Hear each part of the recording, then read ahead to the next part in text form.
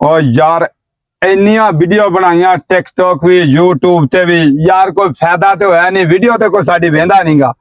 पता नहीं की बीमारी है यार कोई समझ गल नहीं आउंदी बड़ा ओ यार तंग आ गए इन्हां कोलों यार जिथे मर्जी जाइए सानू किते भी नहीं वेंदे ओ यार मेरी गल सुन मैं ते कोर आना रात दी ऑफर आई मेरी सलाह अपन जा ड्रामे ते जो फिल्मां च काम करिए अच्छा वो चंगा सगो यार वो सही ना रहूगा वो सही रहूगा मैनू ओने आख्या कि आ एक डायलॉग याद कर लो तुहां दोवां ने ते जरा एक्शन ना मारना एक्शन ना मार लेंगा डायलॉग एकदम भाई करेंगे तो थोड़ा एक्शन मारना है इंज करके ना ऐनक ला के जरा मारना है हम जमाने के सबसे मशहूर हैं तू भी इंज आखना हम जमाने के सबसे मशहूर हैं ओ इधर वे हमें आखना हम जमाने के सबसे मशहूर हैं हम जमाने के सबके लगूर हैं हम मशहूर है बड़ा आख्या जो मैं सही अपने जान दे लगूर तू आना नहीं है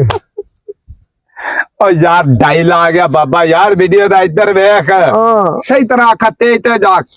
हम जमाने में सबसे मशहूर हैं हम जमाने में सबके लगूर हैं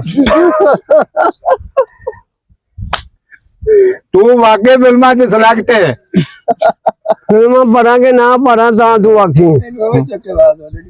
मैं आना भी एडिटिंग वाले ने तेन गोली का आर्डर करवा देना ना ना कमला ही होया वेखी हस दे मुड़ के यार ते कर चज ना सही तरह कह दे हाँ बाबा इधर वे ओए हमारी बात सुने हम जमाने में सबसे मशहूर हैं हम जमाने में सबको लगूर हैं सबको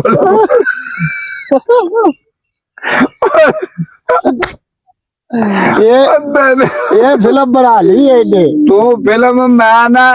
तू सानू भी जा गोली का आर्डर करवा देना कि जा अपने आप को गोली मरवा लेनी है नहीं यार मां से सीधा आना तू आना नहीं पुठा वा तुझे गोली मारेंगे तो मैनू मारेंगे तुझे सीधा ही आना फिर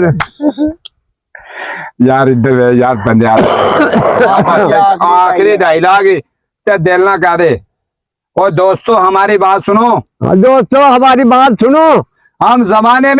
हम जमाने में सबसे मशहूर हैं हम जमाने में सब में लटूर हैं ये कामयाब है दोस्तों डायलॉग है बाबे का वीडियो अच्छी लगे लाइक कमेंट शेयर जरूर करना पाकिस्तान जिंदाबाद।